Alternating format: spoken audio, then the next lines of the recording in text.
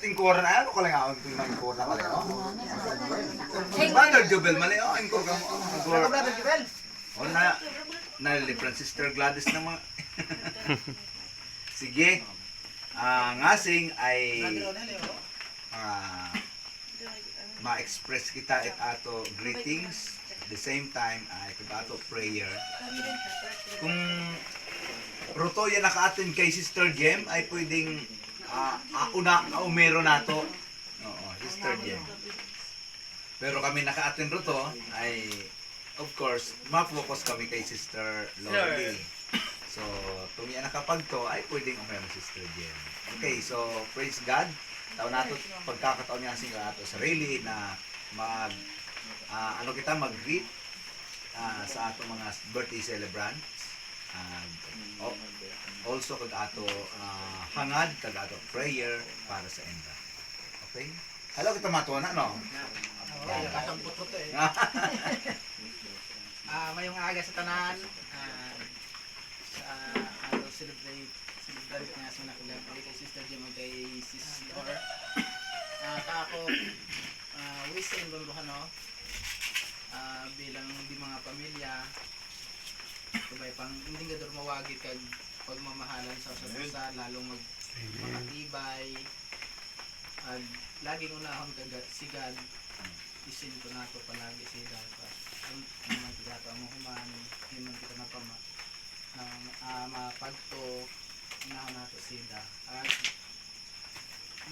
hindi mawagi ito dato tiwala dahil ayam na yung sida makapangyarihan sa tanan sida ato ganang ato hindi kita ibang Panginoon kundi sida yung makapangyarihan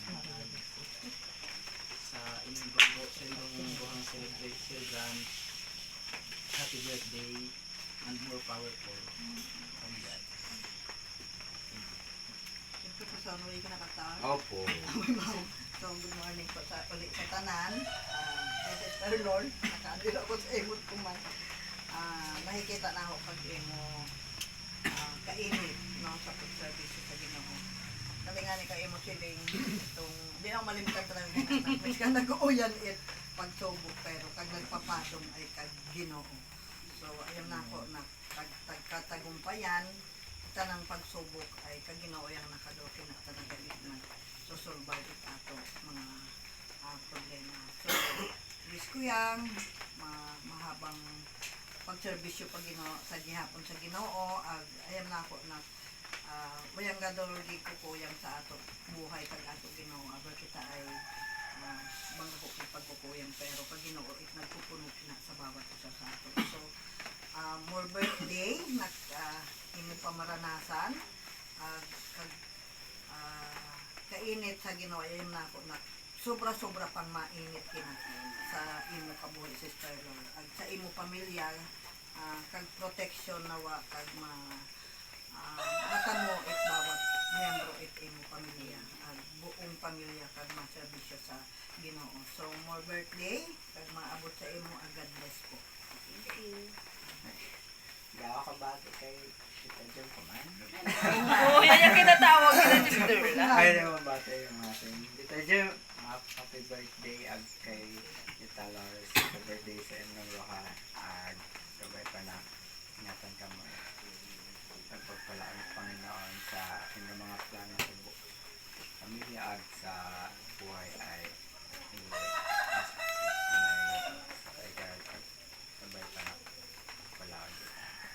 more birthdays to come soon. Thank you.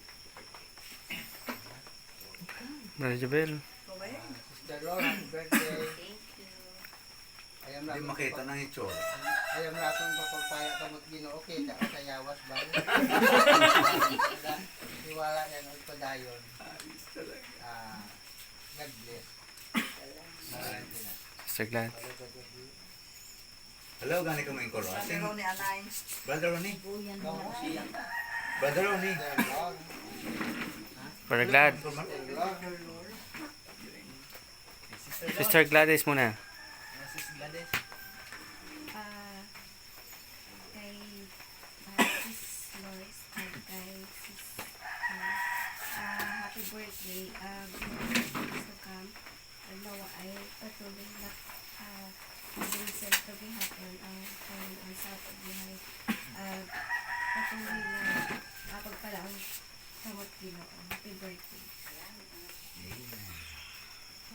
Barbuyat.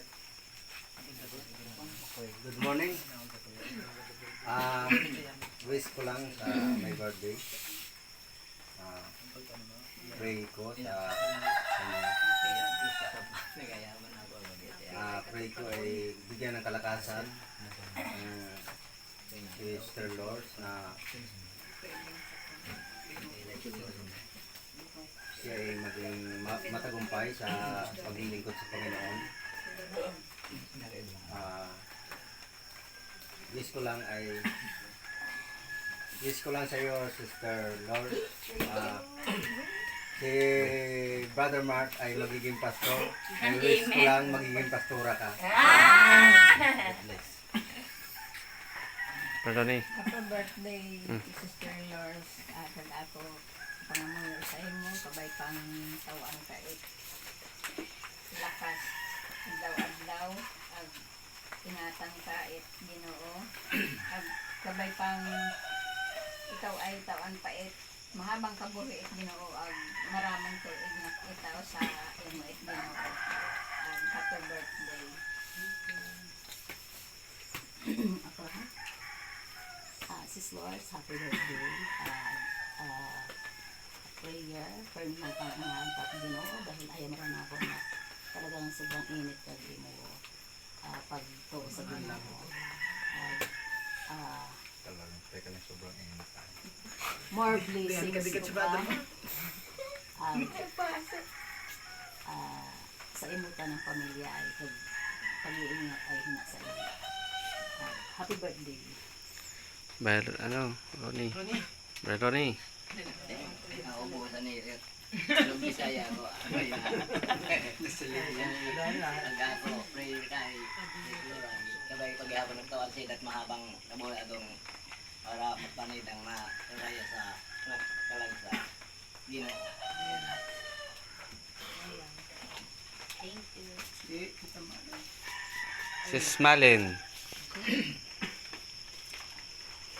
Happy birthday, Sister Lors. Ako, pray sa kanila ay more many birthdays din sa bilang W President ay katulad ng pala Ginoo kalakasan ay katulad ng dahil miskin ato lang kita sa release documentation ay ikaw ay turning present pa da. Sister Lors, happy birthday and more birthdays. God bless. Mama Jem. Happy birthday, Lord. Bati-batian ka na. Bati-batian ko lang yun. Sabay na patuloy na paglingkod sa Ginoo. Kaya mo ako nakita nga sila talagang todo. Pero parang wait na ako katong tanang in kataong nga sa Ginoo. Pagpalaon ka to, no? Maglingkod ng pamilya. Inakong sa mga. Okay. Brother Mark. Brother Mark. Sige, Brother Mark. Si Jam. Ikaw pa nga ni. Ano ako eh? Oo. Birthday bang? Si Brother Jubel ay nagkisag. Yan ay abot at medyo. Dahil birthday na yung mga kasi nga ikot beda rin. Pero kasi mo ka birthday ikot puro beda. Pero may mo ulit legal na beda ka.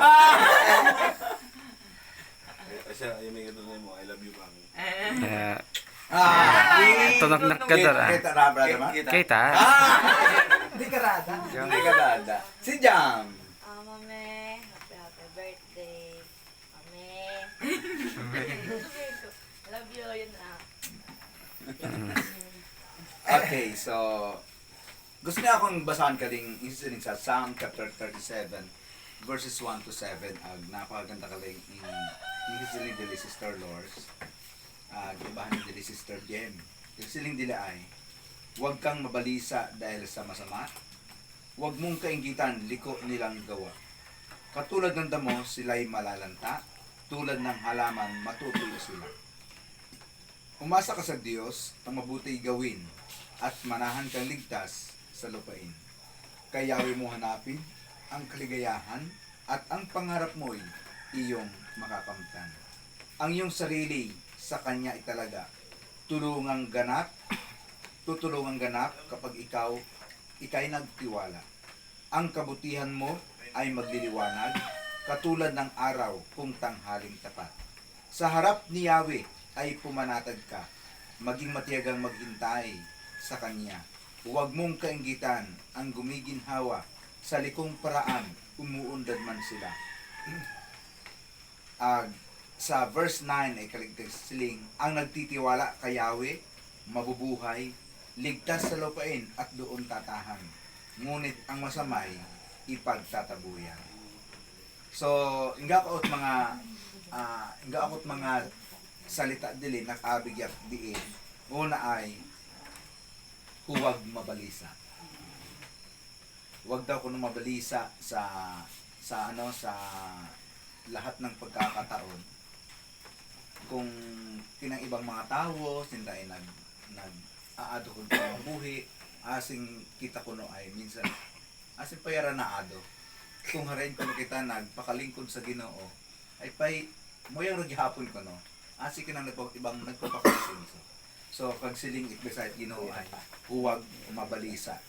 Huwag kainggitan yung kanilang yung mga nangyayari sa kanila dahil naniniwala tayo na ang Diyos ay merong napakagandang plano para sa atin. Next is yung ating pagtitiwala. Imbis na kita'y mabalisa, ay mas lalo kitang magtiwala sa ato Ginoo. Mag-asa kita sa ida. Of course, kapag kita'y nag-aasa sa ida, ibahanan ni Dili katong ato bagaing huhuman ay talagang katong isang bagay na yung gadur kita nababalisa. Pay naghuman kita yung usang bagay na ningi-enjoy nato kali. Next is yung ating pagtitiwala ay kayawin nato itao. Kag silingan sa verse 9, ang nagtitiwala kay Yahweh mabubuhay, ligtas sa lupain at doon tatahan, ngunit ang masamay ipagtatabuyan. So napakaganda yung bibigyan ipansin ba na nakasulatan dili sa verse 9 na katong mga nagtitiwala. Sino katong mga nagtitiwala dili sa ato? Sa Ginoo. Tanan kita. Kag siling dili ay lahat ng nagtitiwala kay Yahweh. Mo kalig ato tanraan mabubuhay. Kaleong isilinak mabubuhay dili ay buko yang kali katoong kita'y ingwa it kabuhi. Katong kita it good health.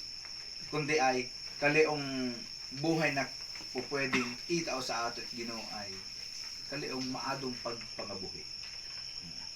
So lahat ng nagtitiwala kay Yahweh ay mabubuhay.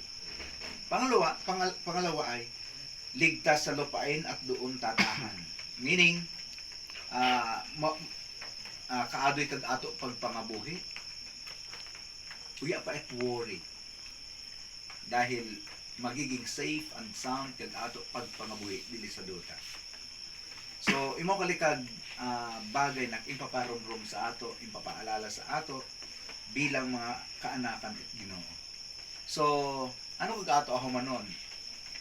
Nagsiligyan nato tuman ang kay Sister Jem ag maging halik. Nagsiling sa verse 7, sa harap ni Yahweh ay pumanatag ka.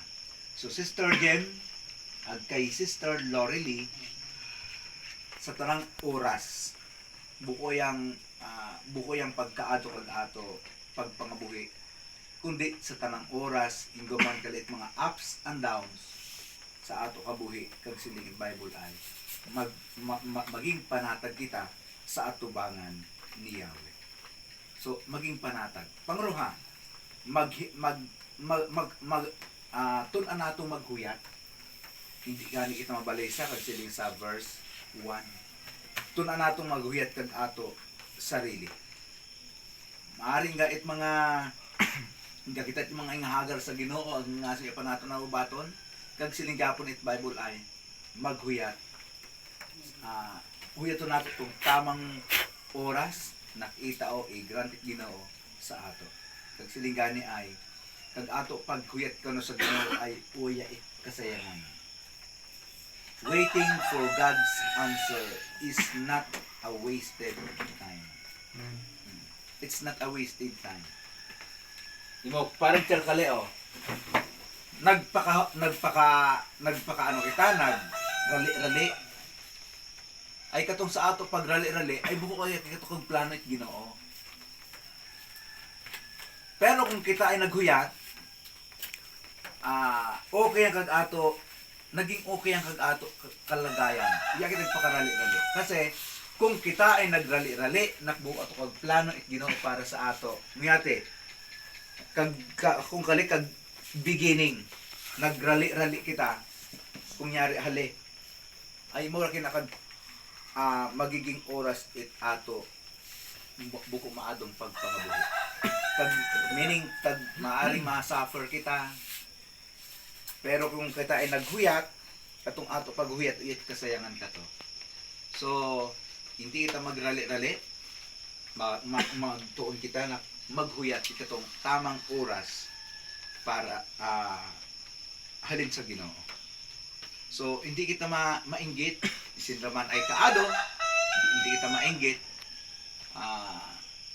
Basta kita'y naguhuyat itong proper time sa ato Ginoo. Kada pagsilid sa 37 verse 4, kayawi hanapin ang kaligayahan at ang pangarap mo'y iyong makakamtan. So, uyat ibang ingkatudlo kag banana kasulatan, kundi kag Ginoo. Kayawi mo hanapin. Mr. Lord, kag tunay na kagalakan, kag tunay na kaligayahan, kag tunay na pagmamahal. Kung minsan nga sa asawa ay na-fail pa. Pero kung pag-usapan kag kaligayahan, kag pagpalangga, kinaay makikita ay nato sa Ginoo. Kada kag challenge sa atot Bible, kayawi hanapin o kayawi mo hanapin ang kaligayahan at ang pangarap mo iyong makakamtan. Di ba? Napakaganda. Pag sa Ginoo nato kaling hanap, hindi kitang biguon. Pag silid Bible, sa Ginoo nato makakamtan. So buko sa kwarta. Buko sa anumang mga bagay na kingwa kita dito sa dota. Kundi kag ato tunay na kaligayahan ay makikita nato sa ato Ginoo. Kasi pag kag ato kaisipan, kag ato tagay pusoon ay nakafocus sa ato Ginoo ay hindi nga daw kita bigoon sa tawo, sa kung sa ano man kita nabibigo pa, pero kag Ginoo ay hindi kita bigoon. Kada Sister Lors, gusto namong kantahan ka since ngasing ay birthday nimo.